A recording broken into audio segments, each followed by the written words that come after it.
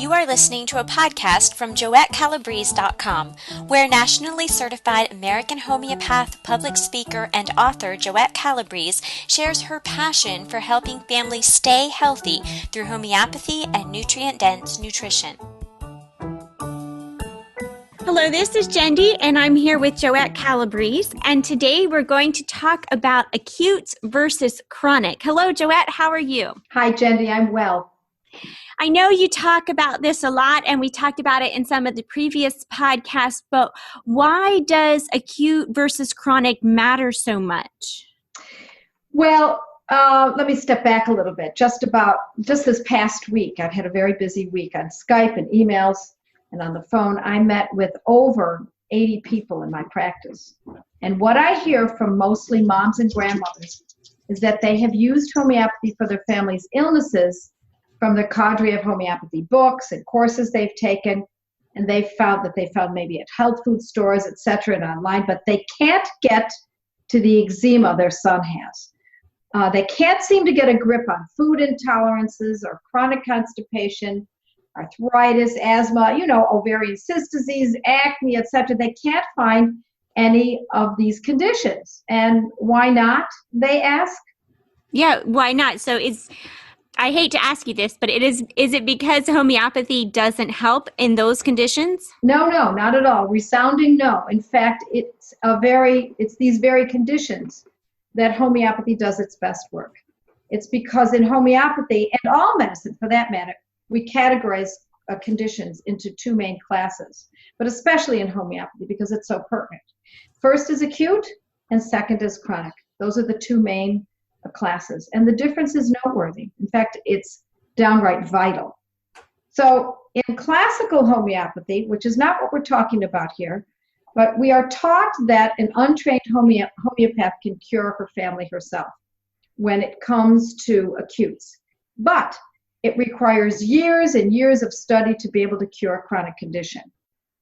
So in case someone doesn't understand, can you give me an example of a chronic and an acute condition? Yes. Let's start out with that. So acutes are illnesses that have a natural beginning and a natural end. They end. They're usually short-lived, but not necessarily. They can last for weeks, months, but generally they're short-lived. And they show a great deal of vitality.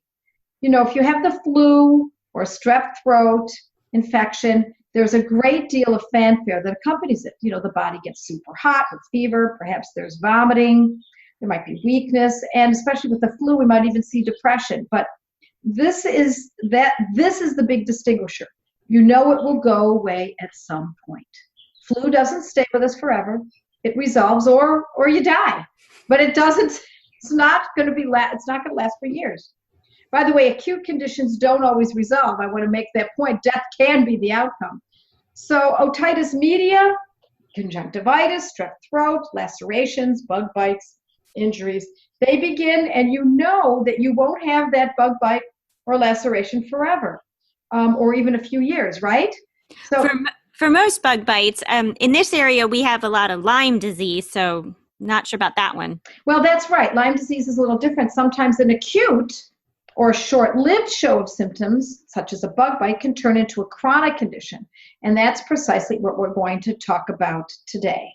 So that's the acute conditions. Can you tell us about chronic conditions? Yes. So with most chronic conditions, it often shows a lower level of presentation. So it's not a screaming in the bed illness necessarily like a flu would cause, but it's a lower level, and it's pretty much forever. And this is key. It doesn't go away. So like people assume with allergies. That's right, exactly. But let me set the stage first. We're all made from DNA, right? No matter what your politics are, the bottom line is that at the moment of conception, that blessed moment, sorry, I had to toss that in, the DNA is mixed between the mother and father. Dad's blue eyes, along with his anxiety attacks, mother's propensity for rashes, his grandfather's over-affection for alcohol, and we haven't even gotten to the full extent of the entire family yet. So does this mean that the baby will be hampered with all of these maladies? Of course not. But they are lurking in the background, like a sleeping giant. The sleeping giant can be poked at and taunted, so beware. He can be roused, and we want to do whatever we can to not have to face this monster. And most people say that we should eat well and live a healthy life, right? Yes, but that's too vague an answer as far as I'm concerned. That's a woman's magazine answer. Living a healthy life is meaningless if you've got the idea that that means eating a low-fat diet and submitting to mammograms every year. So what does it mean to you?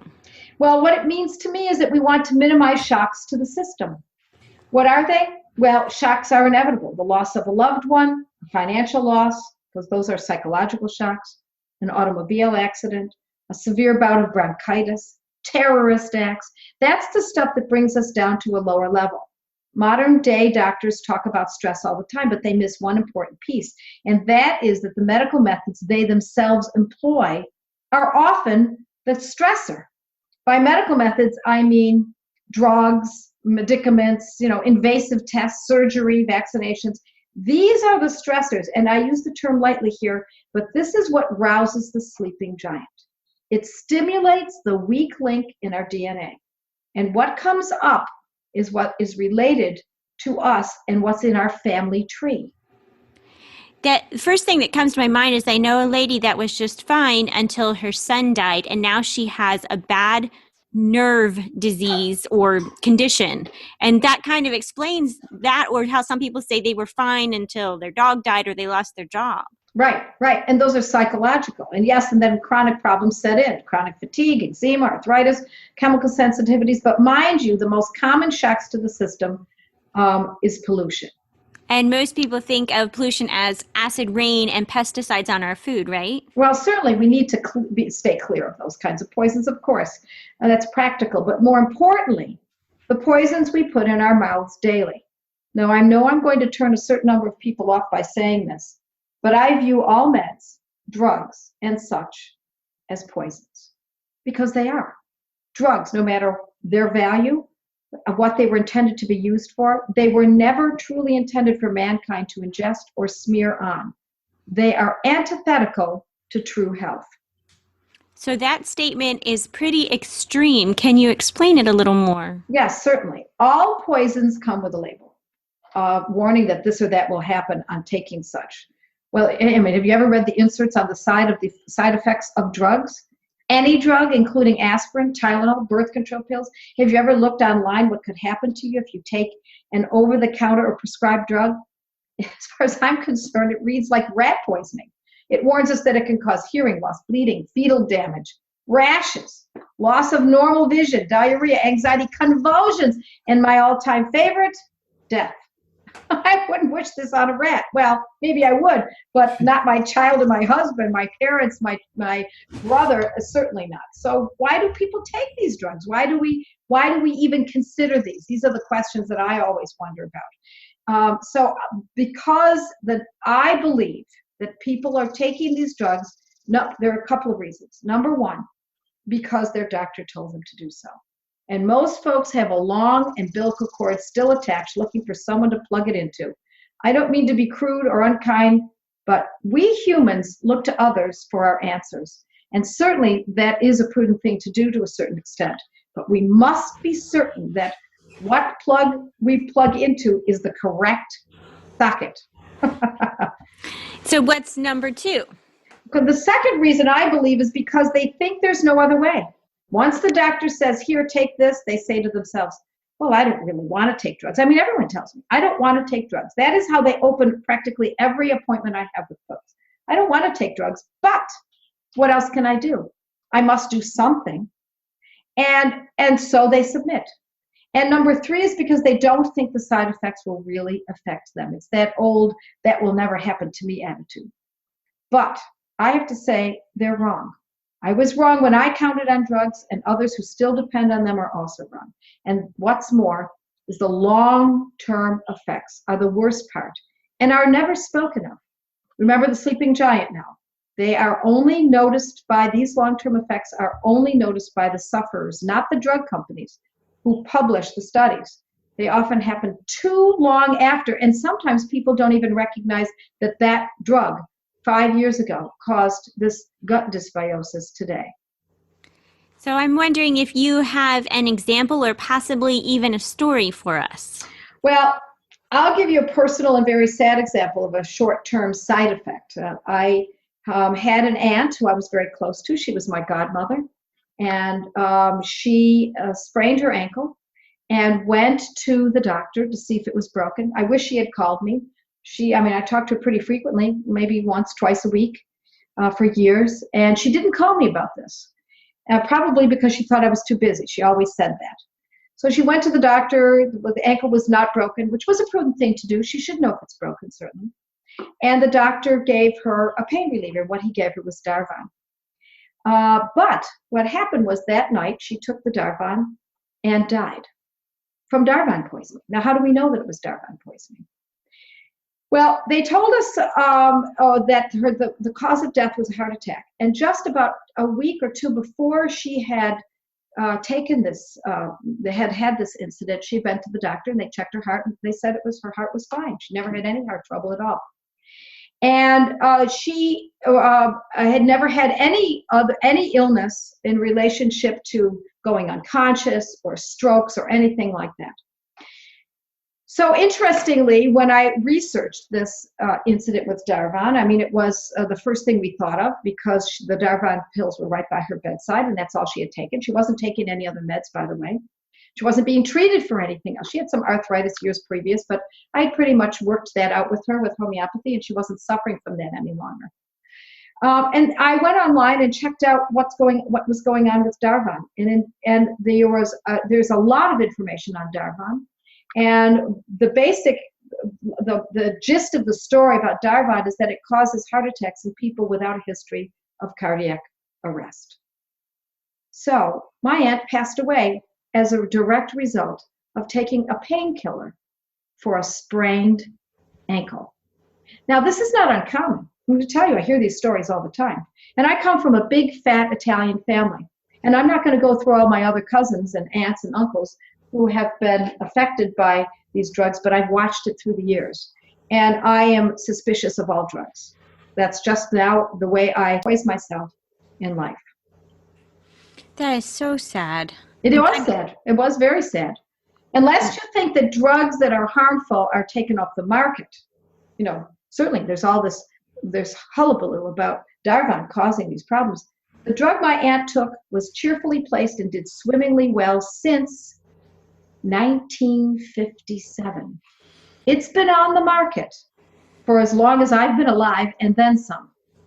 So you know how you have to be mindful and a little suspicious when choosing your kitchen contractor and when buying a used car? Well, that's nothing, folks. Caveat emptor. Buyer beware when it comes to your medicine. There's nothing more personal than your body.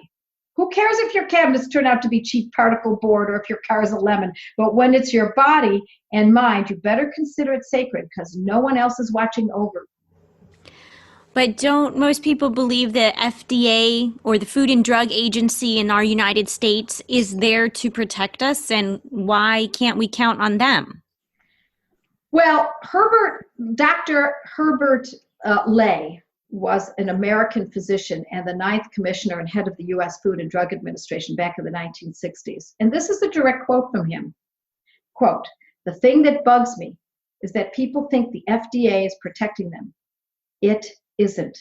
What the FDA is doing and what the public thinks it's doing are as different as night and day." So by the way, as I said, this was not just any old ordinary doctor. He was a Harvard graduate. He was a medical undergraduate in medical school. This man was very bright and capable. So I urge people to take heed. So what is the FDA doing then if they're not there to protect us? Well, I don't want to spend too much time on this subject because it's a vast one. But consumers, like my Aunt Mary, for example, don't have lobbying power. The FDA doesn't even know my Aunt Mary or how she died. But I guarantee that they know the lobbyists from the pharmaceutical industry that produced that drug. I'll bet they just had lunch with them in Georgetown's most fashionable French restaurant just last week in D.C. So who do you think is going to get the ear of the FDA official The guy who's picking up the $200 lunch tab, or my Aunt Mary's relatives? Yeah. Unfortunately, money talks loud. Yes, it does. And we always say that it's greed, but we are talking about human foibles. And if we understand that that's the world in which we live, it's not just our country, it's all over the world, it's everywhere. It's in the Soviet Union, it's in Cuba, it's not just capitalist countries, for goodness sakes. It's about human behavior. So we have to understand that. So that's why it's so important that if you're going to choose a medicine, you better choose it wisely. So let's get back on track. I want to give our listeners concrete, practical, common sense help here. So let's get back to acute versus chronic, shall we? My Aunt Mary had an acute problem. Her ankle wasn't going to be sprained forever. It would have healed, and I certainly recognize that this is an extreme situation, and that women who take birth control pills, for example, for years without dying from blood clots. But remember what I said about the sleeping giant. Well, the weakest link in the person's DNA is usually what is weakened further. I can't emphasize that enough. So what should we do when somebody gets sick? Do we just try to live with it? Well, that's a good point, Jendi. In many cases, the answer is an unquestionable yes. There's nothing wrong with a fever and a child's illness. What's wrong with it is the mother's lack of knowledge of the subject. That's what needs to be changed. She doesn't know that a fever in normal childhood illness is curative. It's what cooks off the infection, and by suppressing it, even with a warm bath, it's not in the best interest of the child. Okay, maybe for now the discomfort from the fever is addressed by giving them something, Tylenol or something, but it isn't in the long run. And isn't that what we're aiming for, is the long run? We're not raising our kids for next week. We're raising them into adulthood. Isn't that why we make soup for dinner instead of a quick fix or brand name cookies and Kool-Aid? We're in this for the long haul. So we have to know what will affect our family, our children in the future. So if they are in terrible pain from an ear infection or something, does that in itself cause stress on the system like we talked about earlier? Well, yeah, I have an answer for that, and I believe I have the answer. And that, of course, is homeopathy. What homeopathy has to offer is a way to stay away from the drugs. Look, before I found homeopathy, I studied essential oils. Before that, I studied herbs. Before that, it was vitamins. But it wasn't until I recognized that these tools have value, but homeopathy trumps them all. So for my Aunt Mary, for example, the solution was, ironically, only about 15 feet away from where she passed away. The solution was in her medicine cabinet. It was her homeopathy kit that I'd given her as a Christmas present years prior. What happened here is that my aunt went to the doctor to see if her ankle was fractured. Good plan. That's decent. That's a good thing to do. Of course we need a diagnosis. If we don't have the knowledge, certainly we need to know that. But as soon as it was determined that it was a sprain and that she was in pain, the prescription pad was whipped out and off she went to the pharmacy. So what remedy would have made the difference for my aunt, would have saved her life? It would have been Arnica 200, Arnica Montana 200, every few minutes. And as soon as the pain had subsided, that's when she would have stopped taking it. If the pain had been horrendous, really severe where she was crying out from it, then we might use Arnica 1M or Hypericum 1M every few minutes until the pain subsided. It would have been completely effective and, most importantly, safe. And even more importantly, certainly would not have caused long-term effects, in my aunt's case, death. So let me give you an example of how this works. Just the other night, I was pulling out a frozen chicken from the top shelf of my freezer, and it fell out and landed directly on my 3 toes. I had no shoes on. I was barefoot, and at that time, at the time that it happened, the pain was so extreme, I felt nauseous and woozy from it. I was certain I had broken at least 1 toe. The pain was pretty high on the pain scale, and I screamed out, and my husband ran to me with a bottle of, he knows what to use, Hypericum 1M, and quickly, between my screeches, popped a dose of it into my mouth. Within 3 minutes or so, something like that, the pain went from a screaming, horrendous 10 to about a 6. And not long after that, maybe another 10 minutes, it completely went away. But it came back 20 minutes later or so. So guess what? Oh, I'm sure you called the doctor to schedule an x-ray and prescribe a painkiller. Oh, Jendi, you're so funny. I took Hypericum 1M again, and the whole incident was over. Today, my toes are a lovely hue. So this was just a few days ago, and kind of a bright azure with a touch of blackish green, but I had no pain after that second dose. So, well, let me also mention this. Toes, if they were broken, there's not much that can be done, at least not that I'm aware of. So I didn't need to know whether or not they were broken. Had it been something like my ankle or tibia or a wrist or something, then I might have gone to have an x-ray to find out whether or not it was broken, and then I would have treated it homeopathically. But for the child with a painful ear infection, the remedy would have been one of 2 or 3 remedies. So it might have been, for example, belladonna, if the pain was absolutely over the top and was accompanied by a very high fever of, say, 105. Or another remedy choice might have been chamomilla, 200, if the child was angry and teething. And if none of these, then heap ourself 30 or 200. How hard is this? Now, for those who are new, these words are all Latin to them, because that is what they are. They're all Latin words. But it doesn't take much to learn this. I mean, I teach this on my blog for free regularly. I also teach it in my courses, should you want to go that far. There's no need to go crying to the doctor's office and waiting until someone calls you in. No visit to the ER to catch the bug du jour while you're sitting in the chairs that are rarely scrubbed down.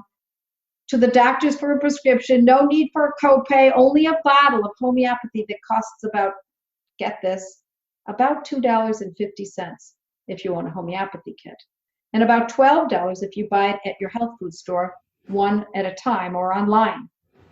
It really sounds like a no-brainer. It is no no-brainer, and that is my message. You can cure your family yourself, folks, and that's what I did, and there's no reason you can't either. So I want to remind people, I teach this all the time, that in Greek, symptom means sign. So we actually consider the symptoms or signs of a condition or an illness to be gifts. Gifts. Wow. That's hard to accept when a symptom is pain or anxiety or something like that. Well, certainly, but remember, a headache is not just a headache. It means that something else is happening on a deeper level. It can mean allergies, sinus inflammation. It can mean change from barometric pressure changes in the weather, or hormone imbalances, or gut dysbiosis. It can also mean more serious underlying conditions as well, of course. So to throw a drug at it is not only imprudent, I think it's downright archaic. Unless, of course, you don't mind living for the now and don't give a care about the future.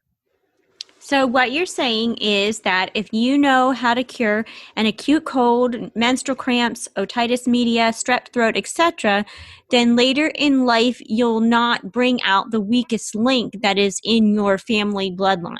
You've got it. If dad was prone to eczema and depression, and mom is prone to depression, and the child is given an antibiotic, what do you suppose will happen? It will likely turn into eczema or depression. Now, I don't mean to oversimplify it, but think about it. If the sleeping giant is roused, he's not going to present with toenail fungus, because that's not found in the family. So if you look at that list of side effects from these drugs, you better look at those that are already in your family. So when the pediatrician blames your DNA, he's partially correct. The part he doesn't get is that it's the drugs he prescribes that cause the DNA to weaken. So what happens if the chronic condition is already well established? Did we lose our opportunity for good health? Good question. No. This is also where homeopathy comes in. Remember, modern medicine treats symptoms. And when we suppress a symptom, we cause a more deepening of the condition. So a little eczema will often result in asthma later if it's been suppressed. That's not a coincidence. As you suppress the skin condition with a steroid or such, it will cause the pathology in a more vital organ to become ill. So the eczema moves inward into the lungs? Yes, yes. Well, it's not actually eczema itself. The skin, the pathology has been driven deeper. The skin clears up, but now the lungs, a more important and vital organ that when ill can cause much more serious illnesses such as asthma, bronchitis, or pneumonia, is now what we have at hand. But everyone just goes and takes drugs, don't they? Yeah, pretty much. I want to remind you that I too believed in that drug paradigm and certainly took my share of meds. But I'm a reformed medical drug taker. And as you know, that makes me a zealot. I'm happy to be considered one, by the way. So now, instead of living with a continuation of the ills that drugs were supposed to eliminate and the side effects that I suffered from my lack of knowledge and the long-term effects that brought out my family's worst traits in me, I teach folks how to treat even chronic conditions.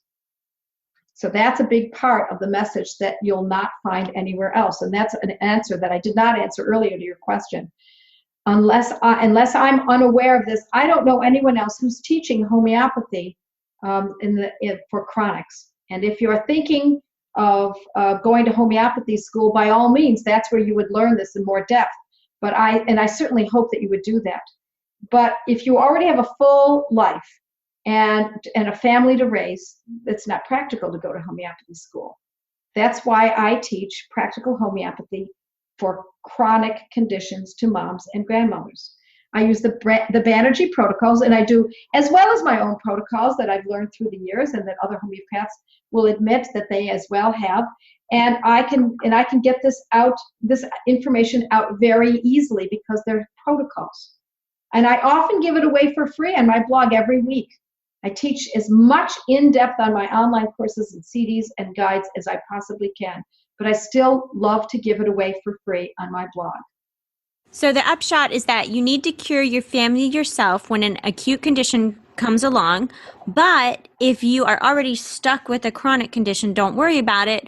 Homeopathy can help root it out, right? Yes, yes. But I also want to point out that acute moves exceedingly fast using homeopathy, not unlike my toe injury. But with chronic conditions, it can take months. I always say 1 step forward and a half step back when we're dealing with a chronic condition. So if a child is screaming with an ear infection and a fever and you give belladonna or chamomilla, and you're going to see a change probably after the first, second, or third, maybe even the fourth dose of the remedy, given every several minutes or so, or every 30 minutes or so. And that will likely be the end of it. It could happen the next day, it could come back again, and you start again, use the remedies, and it's over with.